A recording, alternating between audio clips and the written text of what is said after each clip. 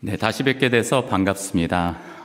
여러분들 기도 많이 해주셔서요. 지금 저는 네팔에 잘 정착하고 있습니다. 이따가 잠깐 저희 현지 소식은 나중에 설교 말미에 해드리도록 하겠습니다. 여러분 승리하셨죠? 오늘 한 주의 중간 수요일의 저녁입니다. 오늘 하루 여러분 어떤 마음으로 지금 이 자리에 와 계십니까? 여러 가지 스트레스 혹시 어려운 일들 있으셨습니까? 아니면은 마음을 상하게 하는 일들이 있으셨습니까? 이 시간에는 그 모든 것들을 다 내려놓고 하나님을 함께 바라보며 예배드렸으면 좋겠습니다. 지난번에도 늘 올 때마다 제가 하는 얘기인데요. 여러분, 저는 죄인입니다. 무슨 말이죠? 그냥 제가 뭐 겸손한 척하고 겸손해서 하는 말이 아니라 저는 정말 보잘것없는 사람입니다. 선교사라 그러면 사람들이요, 잘못 생각하시는 분들은 아유, 좀 특별한 분들이셔서 가서 고생하시네 이렇게 생각하는 분들 많거든요. 아닙니다.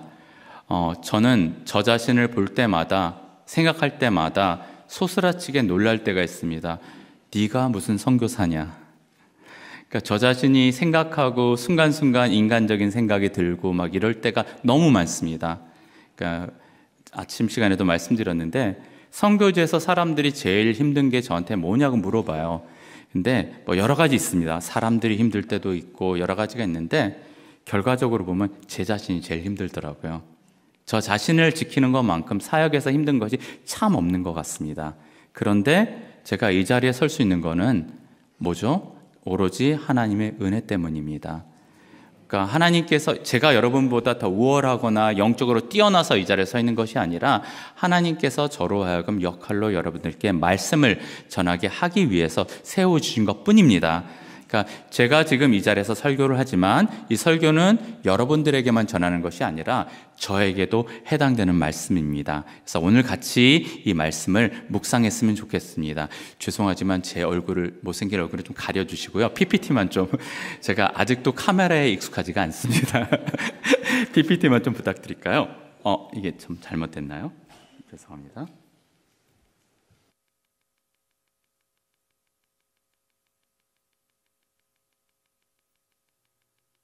감사합니다. 자, 오늘의 제목은 주 예수의 이름을 위하여입니다. 자, 오늘의 제목이 뭐라고요? 결론적으로 여러분께 여쭤보겠습니다. 여러분은 지금 무엇을 위해 사십니까? 정말입니까? 자꾸 이렇게 말씀이 이렇게 사그라드시네요.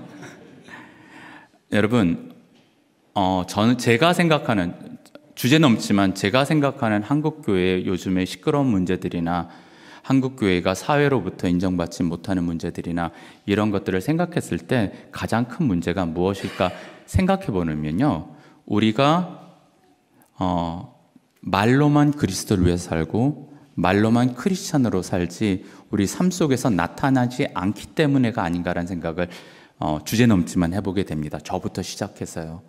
여러분들은 정말 주 예수 그리스도만을 위해 사십니까? 오늘 이 말씀이 모든 것들의 요지입니다. 오늘 말씀은요, 어쩌면 여러분들 귀에 거슬릴 수도 있는 말씀입니다. 하지만 저는 설교자이기 때문에 여러분 귀에 거슬리든 거슬리지 않든 선포해야 되는 자리이기 때문에 이 자리에서 말씀드리겠습니다. 여러분들 기도할 때 무엇을 주로 기도하시나요? 새벽 기도 나와서 기도하시고 기도하시잖아요. 여러분들 무엇을 위해서 주로 기도하시죠?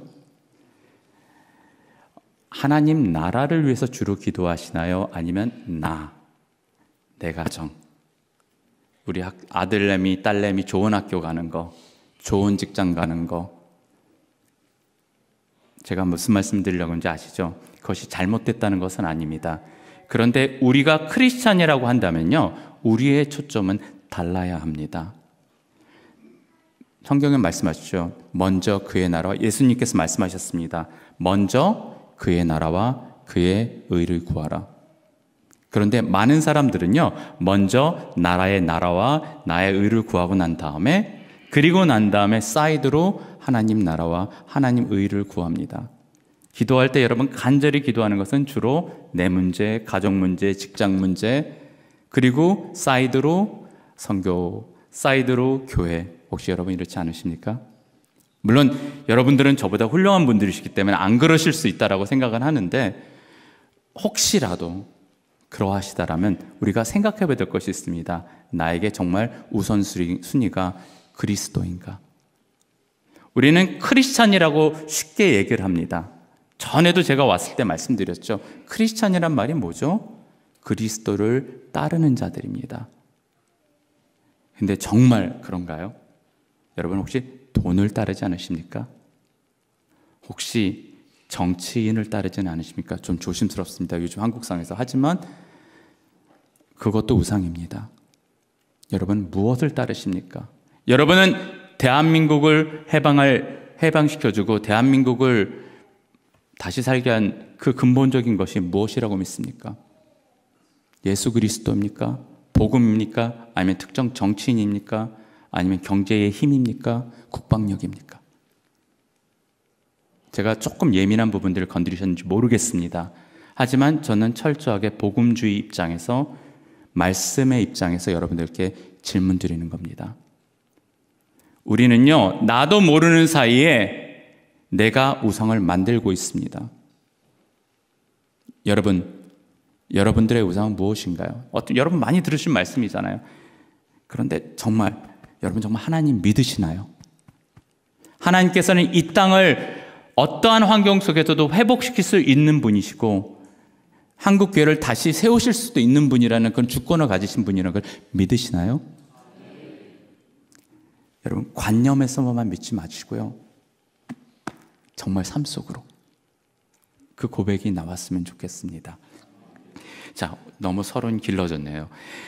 자, 오늘 말씀은 사도행전 21장 10절에서 14절 말씀입니다. 제가 다시 한번 읽어보겠습니다.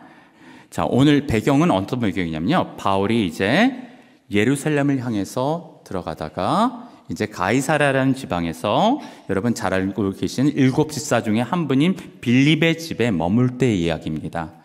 자, 여러 날이 머물러 있었습니다. 그때 아가보라 하는 한 선지자가 유대로부터 내려와 우리에게 와서, 여기 우리는 사도행전을 쓴 누가와 이제 일행들입니다. 바울의 띠를 가져다가 자기 수족을 잡아매고 말하기를, 누가 말씀하셨어요? 성령이 말씀하시되 예루살렘에서 유대인들이 이같이 이 띠 임자를 결박하여 이방인의 손에 넘겨주리라 하거늘. 누가요? 성령이. 우리가 그 말을 듣고 그곳 사람들과 더불어 바울에게 예루살렘으로 올라가지 말라 권하니, 바울이 대답하되 여러분이 어찌하여 울어 내 마음을 상하게 하느냐? 나는 주 예수의 이름을 위하여 결박당할 뿐 아니라 예루살렘에서 죽을 것도 각오하였노라 하니, 그가 권함을 받지 아니하므로 우리가 주의 뜻대로 이루어지리다 하고 그쳤노라. 자, 오늘 말씀의 핵심입니다. 뭐죠? 아가보가 왔습니다. 그리고 나서 누가 말씀했다고요? 성령이 말씀하셨다. 여러분, 성령께서 말씀하시는데 적용이 다르죠, 지금. 다른 그 주변에 있던 사람들이 그 성령의 말씀을 해석하는 것과 바울이 해석하는 것이 다릅니다. 제 말씀 이해하십니까? 많은 사람들이 은사라든가, 저는 은사를 긍정하는 쪽 사람입니다.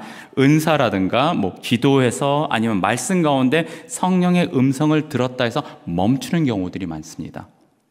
그리고 그 들은 말씀을 누구 중심으로요? 나 중심으로 해석하는 경우들이 상당히 많습니다.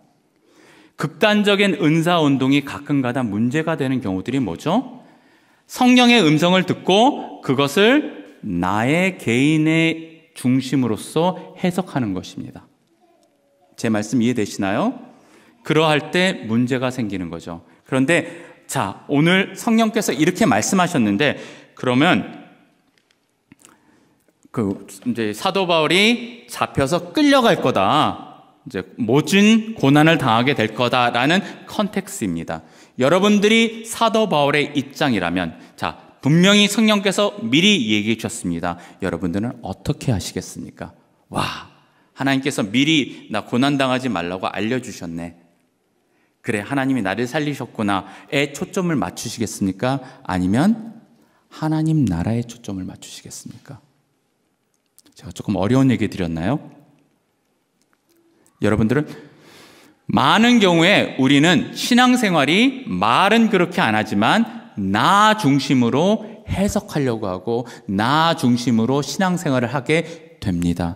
특별히 우리 개혁 복음주의, 그러니까 보수 신앙을 갖고 있는 분들이 잘못 빠지기 쉬운 게 뭐냐면요, 개인 구원이라는 측면에서 초점을 맞추다 보면은 모든 것을 지나치게 나 중심으로. 그런데 우리는 개인 구원이라 하더라도 중심은 누구 중심인 거죠? 하나님 중심입니다. 자, 아까 제가 기도 얘기 드렸었죠. 자, 여러분들이 기도할 때 나의 원이 이루어지는 것을 원해서 기도를 하십니까? 아니면 하나님의 뜻이 나를 통해서, 우리 가정을 통해서, 교회를 통해서 이루어지는 것을 위해 기도하십니까? 때로는 하나님의 뜻이 나에게 굉장히 쓰라리게 보일 때가 있습니다. 하지만 우리는 따르는 겁니다. 가끔 사람들이 저보고 왜 선교지 가느냐 물어본 사람들이 있어요. 저는 간단합니다. 하나님께서 부르셨고 그곳이 제가 가야 될 곳이니까. 그렇다고 해서 제가 여러분 모두 선교지로 나와야 된다는 얘기가 아닙니다. 여러분들 지금 있는 곳에서 여러분들은 정말 선교적 삶을 살고 계십니까? 우리는 나중에 가서 어디 선교지 단기 선교 가서 선교적 삶을 살지, 교회에 가서 봉사하면서 선교적 삶을 살지라는 얘기를 하지만 왜? 내가 편하거든요. 그런데 내가 있는 자리에서 가족을 위해서 내가 희생하면서, 내가 바보가 되면서, 또 내 학교 안에서 다른 애들이 저거 뭐야, 미친 거 아니야 라는 소리 들어가면서, 회사에서 저거 광신자 아니야 라는 소리를 감수하면서 여러분 예수님을 고백하고 사십니까? 제 말씀 이해되십니까? 사역자도 마찬가지입니다. 저는 아까도 말씀드렸잖아요. 선교사라고 나와 있지만 저에게 가장 큰 적은 접니다. 자꾸 고생합니다. 근데 고생하면 어떤 생각이 드는 줄 아십니까? 그래, 나도 좀 괜찮은 사람인가 봐. 솔직히 정말 나쁜 사람이죠. 제가 그런 생각이 듭니다. 그래, 나도 이 정도 고생하잖아. 이게 무슨 문제가 되죠? 하나님께 영광이 아니라 저 자신의 의를 위해서 하나님을 섬기게 됩니다. 그리고 저 자신의 의를 자꾸 사람들과 얘기하면서 나타내고 싶어 합니다. 나 그래도 고생해요. 나 고생한다고 얘기 한마디 해주세요. 이건 누굴 위해서 제가 사역하고 있는 거죠? 저를 위해서. 그리고 어려운 일이 있으면요, 하나님의 뜻을 구하는 것이 아니라 쉽게 자기 연민에 빠집니다. 아, 내가 이 길을 걸어서 내가 왜 이러고 있나, 뭐 이런 것부터, 하나님 이게 도대체 뭡니까? 문제가 뭐죠? 하나님 나라에서의 나를 바라보는 것이 아니라 내 입장을 바라보는 겁니다. 우리의 사역과 우리가 하나님과 관계를 맺을 때 가장 큰 장애물은 다름 아닌 이러한 나의 자아입니다. 성령께서 우리가 성령의 음성을 듣는다고 해서 거기서 끝나는 것이 아닙니다. 주님, 성령의 음성을 듣고 그것을 어떻게 풀어나가는가는 우리의 세계관에 달려 있습니다.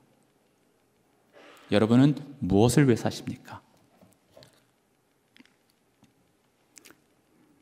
자, 여러분, 사도 바울은요, 지금 성령께서 얘기하셔서 이렇게 결박당하고 환난당할 거란 얘기를 오늘 이 말씀에서 처음 들었던 게 아닙니다. 그 앞에 21장 4절 말씀, 지금 우리가 뒤에서 읽은 말씀의 앞에 보면요, 또 나오는 게 뭐냐면 제자들을 찾아 거기서 이래를 머물더니, 두로 했을 때 얘기인데요, 그 제자들이 성령의 감동으로 바울더러 예루살렘에 들어가지 말라 하더라. 네, 여기서 우리가 조심해서 생각할 것이 있습니다. 아니, 그러면 사도 바울은 성령께서 가지 말라 한데 나 자기 의로 내가 고난받겠다 하고 옛날에 그 이단이었던 모니즘처럼 억지로 순교하려고 간 걸까요?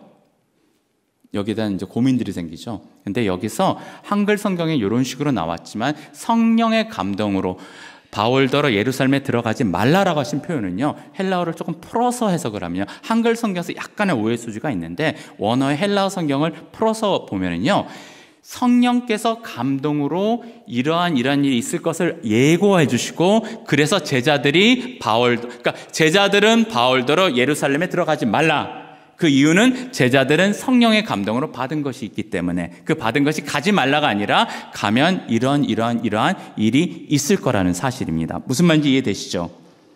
자, 성령을 다 바울도 받고 다른 사람들도 받았지만 해석하는 게 다르죠. 그러면 더 구체적인 것으로 들어가려고 그러면 나중에 앞부분으로 가는데요, 그 부분은 제가 조금 이따가 말씀드리겠습니다. 그리고 나서 그랬더니 바울이 어떻게 대답합니까? 가면 너 이제 죽어. 성령께서 가면 큰일 난대. 가지마! 이랬을 때 바울이 하는 말씀이 뭐예요? 여러분이 어찌하여 울어 내 마음을 상하게 하느냐. 여러분들이 이러면은요, 전 여러분들 때문에 제가 마음이 너무 아파요. 자기 때문이 아니라. 그러면서 뭐라고 얘기하죠? 나는 주 예수의 이름을 위하여서 결박당할 뿐 아니라 예루살렘에서 죽을 것도 각오하였노라 하니. 여러분, 죽을 각오 돼 있으십니까? 저 굉장히 죄송합니다. 오늘 너무 하드코어로 질문을 많이 던지죠? 여러분, 죽을 각오 돼 있으십니까? 우리는 자꾸 살려고 발버둥 칩니다. 자꾸 살려고 발버둥 쳐요. 내 자아가 살려고 발버둥 치고, 나의 야망이 살려고 발버둥 치고, 나의 성공의 꿈이 살려고 발버둥 칩니다. 그런데 오늘 바울의 고백은 그게 아닙니다. 내가 끝이 어떻게 될지 나도 알아. 하지만 나의 끝이 그렇게 쫑이 난다 하더라도 나는 죽을 거야. 왠지 아십니까? 바울은 하늘나라에 건 사람입니다. 여러분, 하늘나라를 믿으십니까? 여러분, 영생을 믿으십니까? 이단들이 이런 말 가끔 하는데, 근데 정말로 여러분, 정말 영생을 믿으십니까? 근데 왜 이 땅에 그렇게 매이십니까? 이번 생은 여기가 끝이야 이러면서 낭망하고 우리 그러지 않으십니까? 왜 낭망하시죠? 우리에겐 이번 생 이유가 있습니다. 그러면 우리가 염세적으로 이번 생애를 그냥 포기하고 사냐? 그 말씀 아니죠. 우리가 이 땅에서 이 생명을 사는 이유는 뭡니까? 하나님 나라의 영광을 위해서, 그 나라를 위해서. 근데 왜 우리는 나의 영광을 위해서, 나의 이름을 위해서, 나의 성공을 위해서 사느라고 바쁠까요? 안 믿는 겁니다. 영생의 가치를 안 믿는 겁니다. 여러분, 계속해서 말씀드립니다. 관념 속에 있는 믿음을 가슴으로 내려오십시오. 그리고 행동으로 옮기십시오.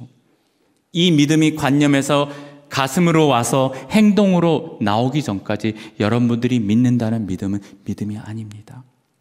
여러분들은 정말 믿음의 삶을 살고 계십니까? 주 예수의 이름을 위하여 죽을 것도 각오하였노라. 우리 모두의 고백이 되었으면 좋겠습니다. 자, 아까 말씀드렸죠. 사도 바울은 미리 이전에도 이 사건을 알았습니다. 근데 그 관계되는 것들이 나오는 게 바로 앞장인 20장 22절에서 24절 말씀입니다. 어떻게 나오나 볼까요? 사도 바울이 고백을 합니다. 보라, 이제 나는 성령에 매여 예루살렘으로 가는데. 자, 여기 성령에 매여라는 표현이 나와 있는데요, 이걸 조금 더 쉽게 우리나라 말로 번역을 하면 성령께서 강권하셔서. 자, 그러면 예루살렘으로 가는 것이 사도 바울의 뜻인가요? 성령의 뜻인가요? 사도 바울은 성령께서 원하시는 의도를 이해하고 있었습니다. 이해되십니까? 우리는 자꾸 합리화시켜서 나에게 유리한 쪽으로 해석하려고 하는 인간적 본능이 있습니다. 근데 사도 바울은 안 그러셨어요. 철저하게 성령께서 나에게 하시고자 하는 말씀이 무엇인지, 나의 기질과 나의 성품과 내가 원하는 이것이 아니라 하나님께서, 성령께서 나에게 원하신 것이 무엇이, 거기에 초점을 맞추셨던 겁니다. 보통 성령의 음성을 듣는다고 할 때 우리가 잘못하면요, 그 듣는 현상에만 초점을 맞추지 하나님의 그 성령대로 따라가는 삶에 대해서는 우리가 초점을 잘 안 맞춥니다. 제 말씀 이해되시죠? 근데 우리는요, 진정 여러분이 성령 충만한 분이시라면요, 성령의 음성을 듣고 그분의 의도를 우리가 캐치해야 되는 거죠. 내가 원하고 내가 사는 길이 아니라 하나님의 영광이 사는 길로. 그러면서 성령이 뭐라고까지 얘기하셨다고요? 오직 성령이 한 번만 얘기하신 게 아닙니다. 각 성에서 다닐 때마다 내게 증언하면서 말씀해요. 갈 때마다 얘기하신다는 거예요. 결박과 환난이 나를 기다린다 하시나.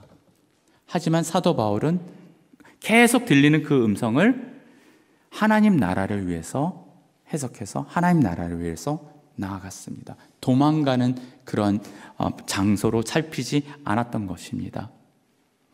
이유가 뭐였죠? 오늘 이것이 핵심이죠. 내가 달려갈 길과 주 예수께 받은 사명. 내가 사는 거는 내가 원하는 삶, 내가 가고 싶은 길을 가는 것이 아니라 내가 마땅히 가야 할 길. 그게 뭐죠? 주 예수께서 나에게 맡기신 이 땅에 존재하게 하신 사명. 하나님께서는 우리 모두에게 존재하게 하신 사명이 있습니다. 그 사명이 뭐죠? 하나님의 은혜의 복음을 증언하는 일입니다. 이것을 마치려 하면은 나의 생명조차 조금 더 귀한 것으로 여기지 아니하노라. 여러분 이렇게 사십니까? 제가 이전에 왔을 때 마태복음 28장 18절부터 20절까지의 말씀을 제가 몇 년 전에 설교했었는데 기억나시는 분들인지 모르겠습니다. 뭐죠? 하나님의 예수님께서 주신 지상과 명령 뭐죠? 가라! 세상 끝까지. 제가 그때 말씀드렸는데 기억나시는지 모르겠습니다. 이 말씀은 누구에게 주신 말씀이죠? 우리 모두에게. 특정 선교사, 특정 목사님, 목사님 가정에게 주는 말씀이 아니라 모든 성도들에게 주신 말씀입니다. 제자들에게 주신 말씀입니다. 크리스천은 그리스도의 제자들입니다. 근데 여러분 그렇게 사시나요? 저는 여러분을 책망하려고 하는 것이 아니라 나는 안 돼. 역시 나는 안 됐나 봐. 이제까지 못 살았으니까 안 돼. 여러분들에게 제가 원하는 리액션은 그게 아닙니다. 다시 서라는 겁니다. 내가 지금 어디에 서 있는지 발견했으면 그 자리에서 꿇고 다시 서라는 것입니다. 오늘날 한국교회가 왜 힘이 없습니까? 한국교회가 우격다짐으로 세상을 정복하려고 하진 않습니까? 아니면 여러분 정말 복음의 힘으로 여러분들의 삶으로 세상을 변화시키는 그런 거 생각해 보신 적 없으십니까? 로마가 기독교 국가가 된 데에는요, 어떤 투쟁과 칼과 피 튀기는 그런 것이 있었던 것이 아니었던 거 여러분 잘 아시지 않습니까? 초대교회 성도들이 교회가 됐었습니다. 죽을지언정 복음을 부인하지 않았습니다. 그렇게 나갔을 때 하나님께서 한 여성 헬렌이란 여성을 굉장히 어떻게 보면 비참하고 불쌍할 수 있는 여성을 택했고 그의 아들이 누구죠? 콘스탄틴 제제. 밀라노 칙령을 통해서 기독교가 국교화가 되고 기독교가 자유를 얻게 되고 복음이 힘을 얻게 되고 세계로 퍼져나가는 도구가 되지 않았습니까? 우리의 싸움은 혈과 육의 싸움이 아니라고 누가 얘기했죠? 예수님 말씀하셨습니다. 뭡니까? 내가 죽는 싸움입니다. 내가 희생하는 싸움입니다. 하나님은 그 한 사람을 기다리고 계십니다. 여러분이 그 사람이 되지 않으시겠습니까? 그렇게 했을 때 우리 모두가 결국 하는 고백이 뭐였죠? 주의 뜻대로 이루어지리이다. 뭡니까? 주님의 주권의 모든 것을 맡깁니다. 나의 뜻대로가 아니라 주의 뜻대로. 우리는 많은 경우 기도할 때도 많은 경우 우리 살 때도 내 뜻대로 하려고 그럴 때가 많지 않습니까? 여러분 정말 주의 뜻을 기다리십니까? 크리스찬이라면 우리의 초점이 바뀌어야 됩니다. 갈라디아서 2장 20절 말씀 우리 많이 낭독하지 않습니까? 암송하지 않습니까? 정말 근데 여러분 이 말씀을 고백하십니까? 크리스찬에게 굉장히 필요한 필수적인 그런 고백이죠. 뭐죠? 내가 그리스도와 함께 십자가에 못 박혔나니 그런즉 이제는 내가 사는 것이 아니요 오직 내 안에 그리스도께서 사시는 것이라. 무슨 말입니까? 내가 그리스도인이 되고 내가 주님을 영접한 순간 나는 더 이상 나에 의해서 움직여지는 자가 아니라 내 안에 계신 그리스도께서 나의 사고와 나의 세계관과 나의 방향을 결정하는 거라고 고백하는 것입니다. 그래서 이제 내가 육체 가운데 사는 것은 나를 사랑하사 나를 위하여 자기 자신을 버리신 하나님의 아들을 믿는 믿음 안에 사는 것이라. 믿으십니까, 여러분? 그리스도를 믿으십니까? 그분의 사랑을 믿으십니까? 저는 한국교회가 야성을 다시 되찾았으면 좋겠습니다. 세련됨을 찾는 게 아니라 야성을 찾았으면 좋겠습니다. 하나님을 향해서 부르짖고, 하나님 나라를 위해서 부르짖고, 그리고 조국을 위해서 부르짖고, 그것이 여러분들 밖에 나가서 쌈박지는 게 아니라 정말 우리가 하나님 기도의 자리에서 부르짖을 수 있는 여러분들이 그 사람이 된다면 대한민국은 암만 무슨 뭐가 오고 누가 대통령이 되고 뭐 하더라도 망하지 않습니다. 근데 교회가 교회되지 못하고 우리가 교회되지 못하면요, 어떤 좋은 사람이 대통령이 되든 누가 지도자가 되든 대한민국의 앞날은 암담합니다. 그것이 본질입니다. 근데 가끔가다 우리 이런 생각하죠. 특히 저 같은 선교사들은 그러다 잘 안 돼서 망신당하면 어떡하지? 망신당하면 어떻습니까? 죽는 거거든요. 그러니까 선교사 이렇게 하다 보면 이게 저는 얼마 전에 저희 교회, 저희가 오랫동안 기도했던, 아시는 분들은 아시겠지만 스미트라는 자매가 있었습니다. 암으로 투병하는 자매인데 원래 이단 종교에 있다가 집안은 모두 힌두교고 이단 종파에 있다가 저희한테 왔어요. 그러면서 신앙생활을 정말 열심히 했습니다. 그래서 저희는 전부 다 할렐루야, 하나님 이 자매를 꼭 회복시켜 주십시오, 낫게 해주시오, 여러분들이 기도해 주셨습니다.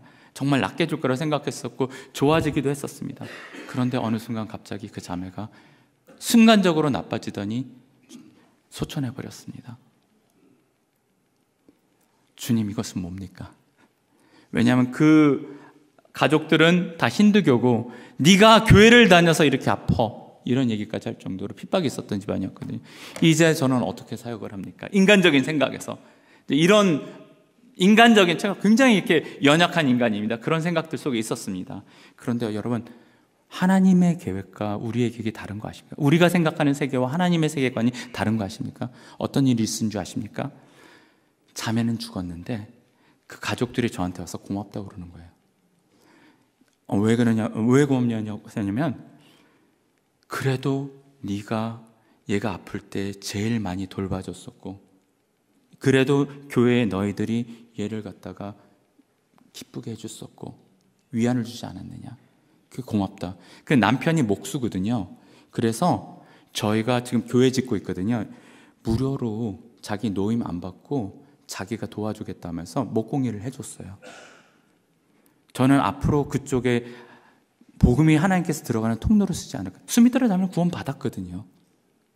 이 땅에서 참 고생 많이 했던 자매입니다. 아픈 거 말고도 가정의 문제와 남편한테 맞아서 고막이 터질 정도로 막 여러 가지 것들을 겪었던 자매거든요. 어떤 면에서는 하나님께서 사랑하는 딸을 먼저 데려가시고 또 남아있는 가정을 구원시키는, 우리가 모르는 그런 도구로 쓸 수 있는 거거든요.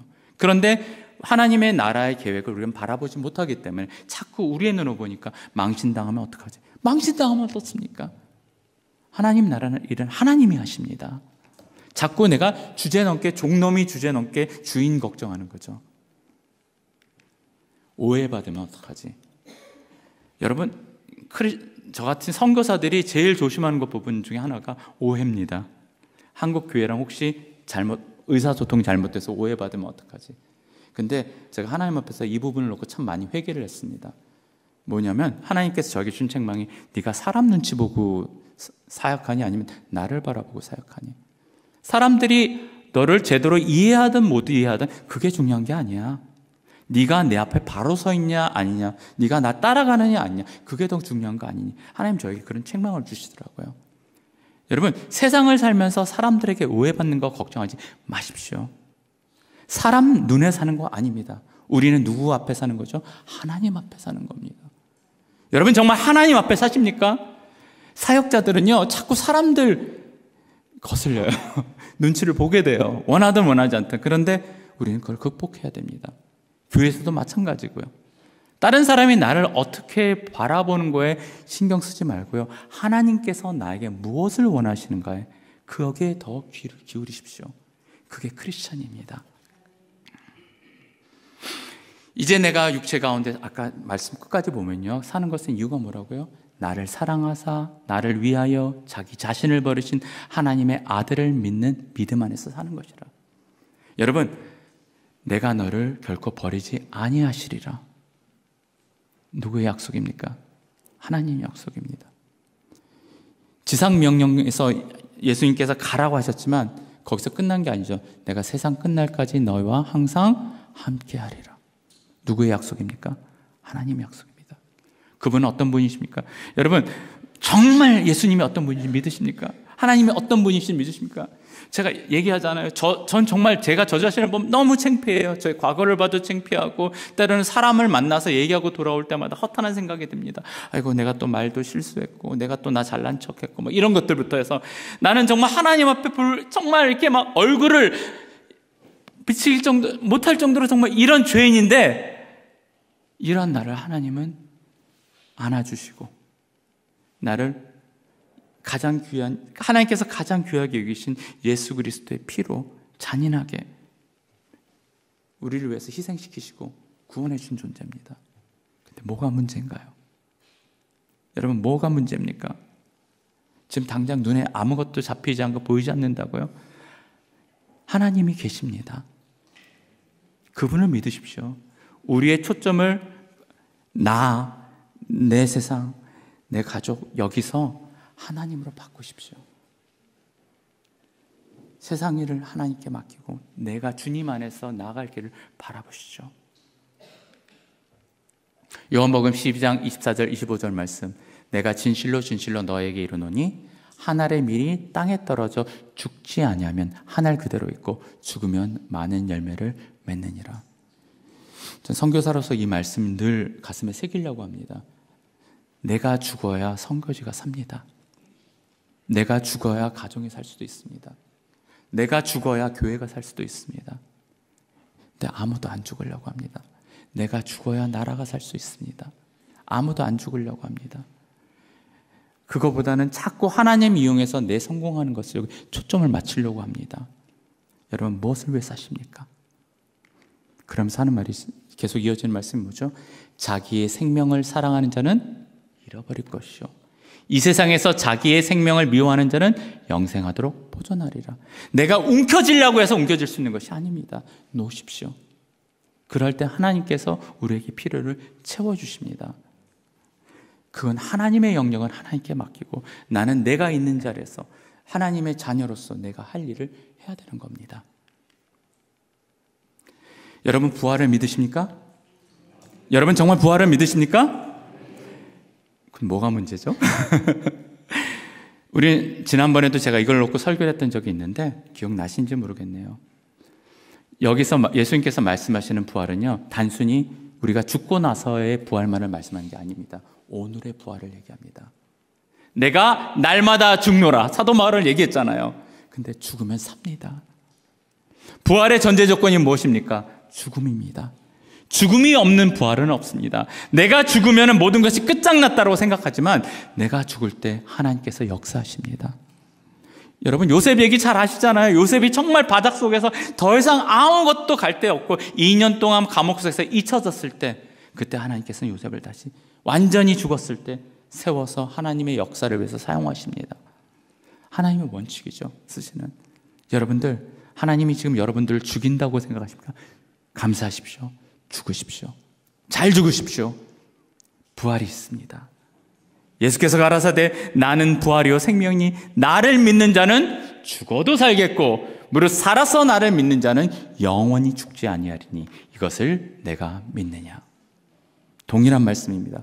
여러분, 믿음을 관념에만 갖고 있지 마십시오. 정말 삶 속에 고백하십시오. 그런즉 너희가 먹든지 마시든지 무엇을 하든지 다 하나님의 영광을 위하여 하라. 여러분, 무엇을 하든지, 우리는 종교개혁의 유명한 모토 있죠. Soli Deo Gloria, 뭐죠? 오직 하나님께만 영광입니다. 그렇게 사십니까? 요한복음 20장 18절 19절, 이 말씀 혹시 배경 아시나요? 자, 예수님께서 베드로에게 부활하시고 난 다음에 베드로에게 짠하고 나타나셨습니다. 그리고 3번 물어보십니다. 네가 나를 사랑하느니? 그랬더니 베드로가 3번 다 답을 하면서 예수님 아시잖아요. 나 예수님 사랑해요. 그리고 난 다음에 예수님께서 베드로에게 던지셨던 대답입니다. 이게 어떤 대답인지 한번 들어보죠. 내가 진실로 진실로 내게 이르노니 내가 젊어서는 스스로 띠띠고 원하는 곳으로 다녔거니와 늙어서는 내 팔을 벌리리니 남이 내게 띠띠우고 원하지 아니한 곳으로 데려가리라. 자, 여러분, 이거를 예수님이 여러분에게 하셨다고 생각하십시오. 여러분 느낌이 어떨까요? 예수님, 제가 3번 예수님 부인했었다고 지금 억한심정해서 너 이제 끝장이야 뭐 이러면서 너 한번 맛 좀 봐라 이러고 한 거 아닌가? 혹시 여러분 그렇게 생각할 수 있지 않을까요? 좀 이렇게 우아하고 멋있고 막 네가 영광의 자리에서 막 우리는 이런 것을 생각하는데 예수님께서 베드로에게 하셨던 말씀은 어떻게 죽을 거라는 걸 얘기를 하시죠. 여러분 잘 아시잖아요. 베드로 어떻게 죽습니까? 거꾸로 십자가에 못 박혀 죽지 않습니까? 전승에 따르면. 근데 우리가 요 다음 절을 보면은 키가 나옵니다. 뭐죠? 이 말씀하신 이유가 뭐냐? 베드로가 어떠한 죽음으로 뭐라고요? 하나님께 영광을 돌릴 것을 가리키심이로라. 초점이 뭡니까? 하나님의 영광입니다.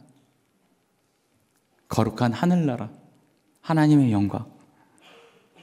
여러분, 내가 죽더라도, 내가 완전히 망가지고 사람들에게 무시당하고 내가 막 구김을 당하더라도 하나님의 나라의 영광이, 하나님께 영광이 돌아간다면 여러분 기꺼이 희생하시겠습니까? 기꺼이 그 길을 가시겠습니까? 오늘 하나님이 여러분에게 물어보시는 말씀입니다. 내가 나를 사랑하느냐? 이 말씀을 하시고 베드로에게 이르시고 뭐라고요? 나를 따르라. 자, 제가 굉장히 민감한 질문을 드리겠습니다. 여러분들, 제가 먼저 밝히겠습니다. 저는 공군사관학교에서 이제 애들 사관 생도들을 가르칠 때도요, 철저한 민족주의자였습니다. 저는 생도들에게 민족주의에 기반을 한 것을 가르쳤었고요. 저희 외할아버지께서는 조만식 선생님과 함께 민족주의 운동하다가 공산당한테 살해당하셨습니다. 잔인하게 살해당하셨습니다. 저는 뼛속까지 민족주의자였습니다.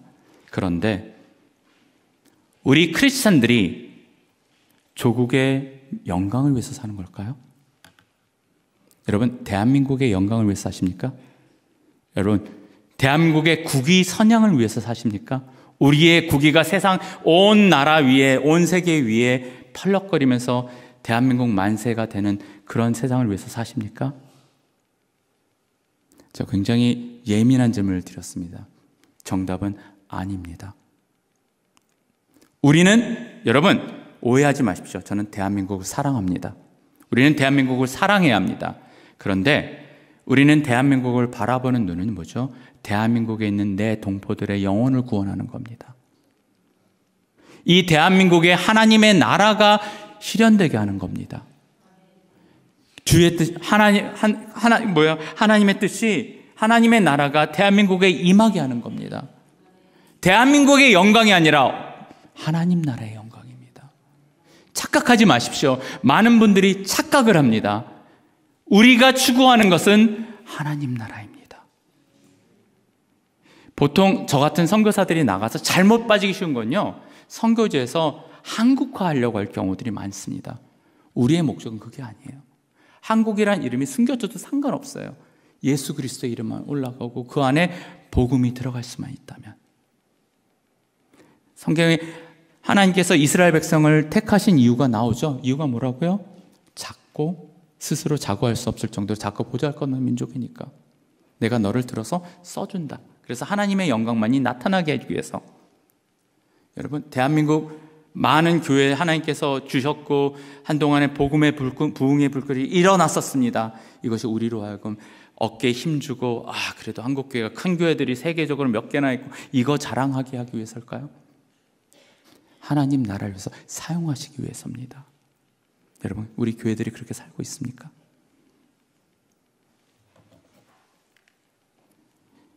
고향의 영광, 이건 제가 말씀 안 드려도 알죠.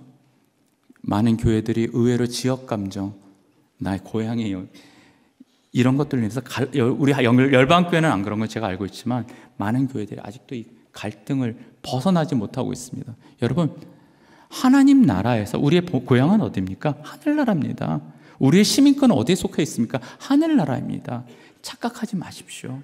우리는 하나님 나라의 영광만을 위해서 사는 것입니다. 거기에 내 고향의 이름이 올라갈 틈도 없습니다. 가문의 영광? 여러분, 이거 나는 아니라고요? 여러분, 왜 여러분 자녀들 그렇게 열심히 공부시키려고 하십니까?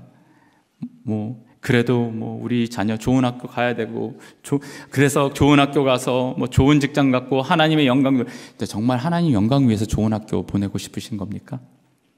실질적으로 아니잖아요.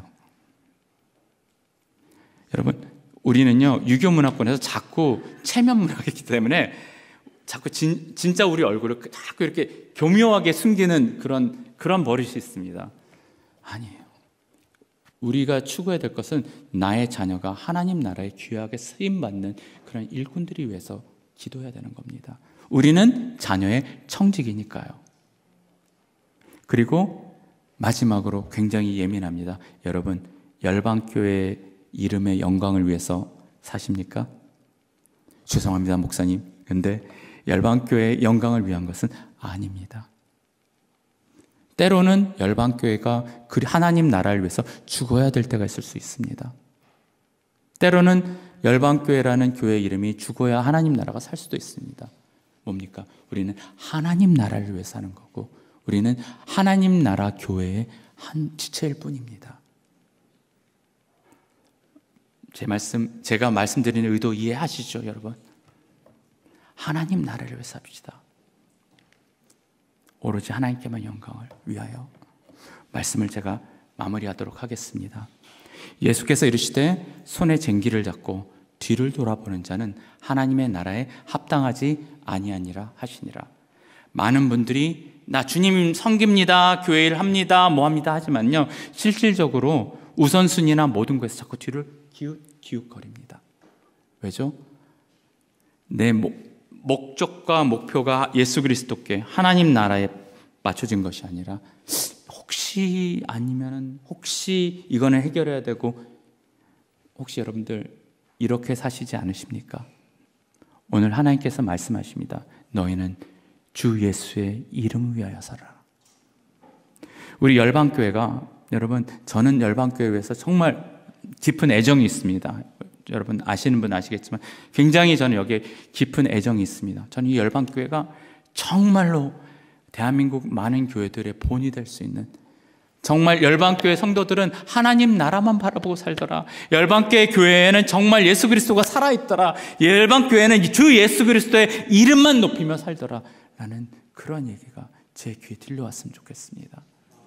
대한민국이 열방교회를 통해서 살게 되더라. 열방교회 이름을 위해서가 아니라 하나님 나라를 위해서, 그러한 교회가 되지 않겠습니까? 그러시려면 어떻게 되죠? 내가 죽어야 됩니다. 내가 죽어야 됩니다. 다른 사람, 목사님 죽으십시오, 장로님 죽으십시오, 누구 죽으십시오가 아니라 나부터 죽어야 됩니다. 우리 열방교회가 정말 하나님 앞에서 성도 하나하나가 완전히 몸을 던지고 죽음으로써 그리스도의 부활의 역사가 교회를 통해서 대한민국에 일어나기를 간절히 간구합니다. 네. 잠시 시간이 많이 지났지만 제가 있는 선교지 얘기를 잠깐 하고, 그리고 모든 것을 끝내도록 하겠습니다. 여러분도 잘 아시다시피 저는 원래 인도에서 2012년 6월부터 사역을 했었습니다. 잘 아시죠? 인도의 아쌈이라는 지역에서 신학교 사역을 하고 있었고요. 이따가 이제 2년 전에 인도 정부에서 추방을 당했습니다. 이제 상황 여러분 잘 아실 겁니다. 그때도 말씀드렸지만요, 선교사는 추방당한 것을 각오하고 사는 사람들입니다. 저의 임무니까요.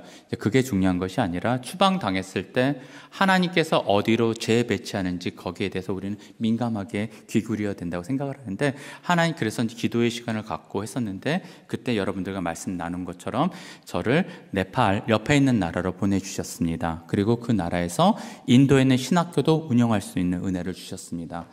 지금 인도에 있는 신학교는 굉장히 융성해지고 있습니다. 제가 없어도 하나님께서 계속 열매 맺게 해주시고요. 그래서 지금 학생 숫자가 72명까지 늘어났습니다.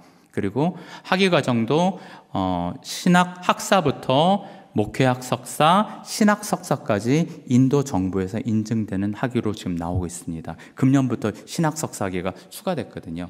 그러니까 전에도 말씀드렸지만 하나님께서 역사하시고 일하시는 거는요, 내가 생각하는 것과 다릅니다. 나는 제가 빠져버리면 어떻게 되나 인간적인 고민을 했지만 하나님의 나라는 하나님께서 하시더라고요.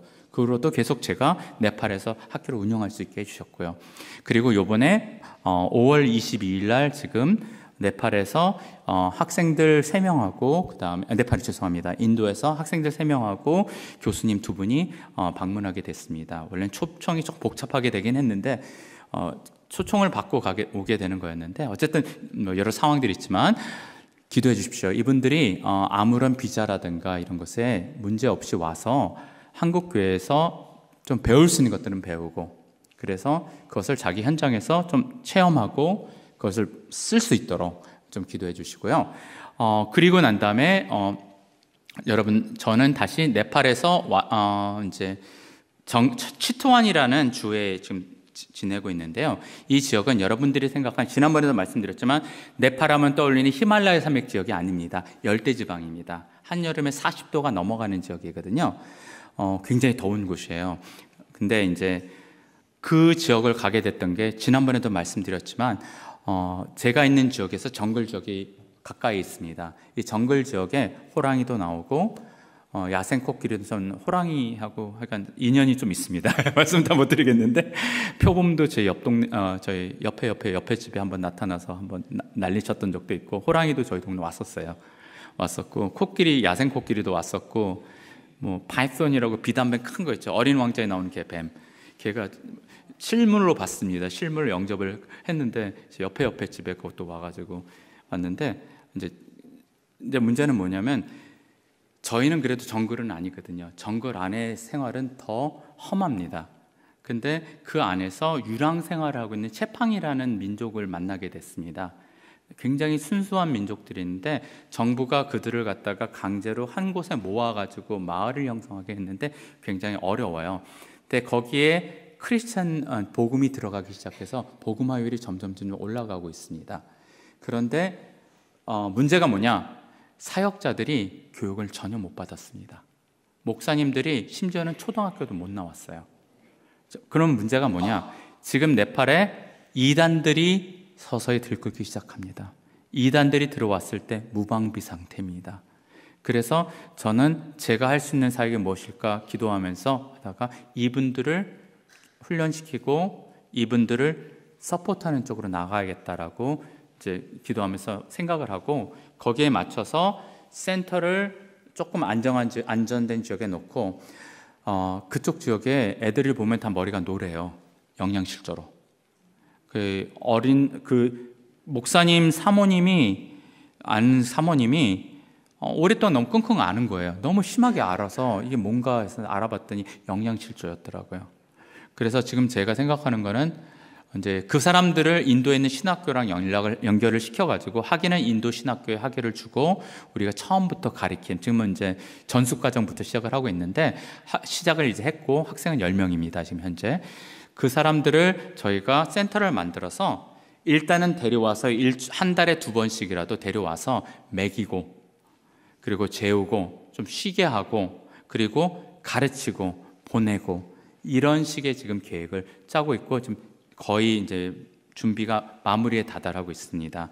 그래서 막상 그렇게 했는데 또 보니까 제가 지금 자리를 잡은 동네가 여러분 이제 카스트 제도라고 들어보셨습니까? 힌두교는 카스트 제도라는 계급 제도가 있습니다. 거기에서 제일 높은 게 브라민이거든요. 우리나라 양반이고 제일 천민이 달릿입니다. 그러니까 우리나라 옛날에 말하면 뭐라고 해야 되죠? 백정. 그런 사람들입니다. 아직도 네팔엔 그게 있습니다. 참고로 아까 좀 설명해서 살짝 틀리신 게 있는데 죄송합니다. 그 인도는 힌두교 국가였는데 2008년 공화정이 되면서 종교의 자유가 생겼습니다. 헌법상으로는. 그러나 아직까지도 핍박은 있습니다. 어쨌든 간에 그 카스 제도도 그 2008년 공화정과 함께 무너지긴 했지만 실질적으로는 아직도 남아 있습니다. 어떻게 하느냐? 제가 지금 머무르는 집이 이제 제 동력자의 집에서 제가 한 방 한 칸에서 지금 머무르고 있는데, 지금 여기 보이는 화면에 보이는 데거든요. 이 집이 달릿의 집입니다. 높은 카스트 사람들이 절대 방 안에 안 들어옵니다. 그런데 이 지역에 교회가 없더라고요. 그래서 저도 예배를 드려야 되니까 동력자와 가족과 함께 조그맣게 예배를 시작을 했습니다. 그 집 안에서. 근데 이게 조금씩 커져가더라고요. 그래서 이제 아까 말씀드렸던 것처럼 난리집이라는 한계 때문에 사람들이 오지를 않고, 그리고 너무 좁기 때문에 이제 한계에 부딪혀서, 그러면 이왕 센터를 만들 때 예배를 같이 드릴 수 있는 곳으로 하자라고 해서 교회를 시작을 했습니다. 그래서 교회 건축을 지금 거의 다 끝내놓고 있는 상황입니다. 방을 4칸을 만들었고요. 방마다 아직은 가구를 다 놓지는 않았지만 2층 침대를 2개씩 해서 방마다 4사람이 잘 수 있도록 하고, 그 다음에 큰 홀은 예배당으로 쓰고 작은 홀과 부엌이 있어서 식당으로 쓰게 하고 사무실이 있고 욕실 겸 화장실을 4개를 넣습니다. 처음에 시작할 때 진짜 참 힘들었던 게 2,500만 원만 있으면 된다고 했는데 벌써 2억이 넘어갔습니다. 근데 여러분, 제가 여러분들께 부담드리기 위해서 말씀드린 게 아니고요. 근데 하나님이 하시더라고요. 제가 간이 작은 사람이거든요. 저는 정말 처음부터 2억이었던 걸 알았으면 시작도 안 했을 것 같아요. 어떤 면에서는 하나님께서 2,500만 원이란 그 얘기만 믿고 그냥 하게 하신 것 같은데, 결국에는 시간이 오래 걸리긴 했지만 건물은 완성이 됐습니다. 거의 완성이 됐고, 그래서 이제 저는 이쪽 지역은 정전이 심해요. 아까 얘기 드렸죠. 여름에 40도 넘어갑니다. 그런데 정전이 한 번 되면 하루 종일이에요. 습기와 이거를 정말 어떻게 조율할 수 없거든요. 정말 주체할 수가 없거든요.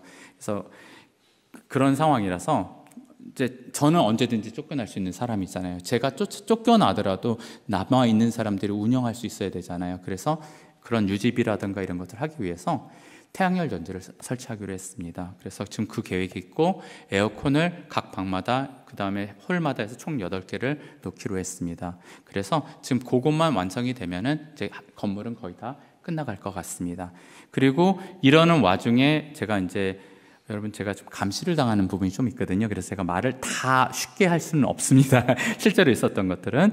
근데 이제 좀 조심스러운 것들이 있어서 이 건물을 교회 건물로 하지 않고요. 제가 사업자 비자로 들어와 있거든요. 그래서 이거를 갖다가 사업처 사무실로 등록을 해놨습니다. 사실 제가 다 이렇게 이 상황에서 말씀드리기 힘든 부분들이 있는데, 좀 지혜가 많이 필요한 지금 시점인 것 같습니다. 그래서 여러분들 네팔 생각할 때 꼭 잊지 말고 기도해 주시고요. 현재 네팔은 사실은 공화정이 되고 난 다음에 기독교에 대해서 많이 호의적인 상태로 바뀌었었습니다. 카스트 제도도 많이 완화가 됐었고, 그래서 실제적인 기독교율은 거의 20% 이상 올라가지 않았나라고 얘기하는 사람도 있습니다. 확실하지는 않아요. 왜냐하면 통계상 전부 다 힌두교로 조사하는 사람이 마음대로 다 치거든요. 그래서 정확한 통계는 우리가 알 수가 없는데 많이 올라왔는데, 그러니까 기존의 힌두 사람들이 긴장을 하기 시작합니다.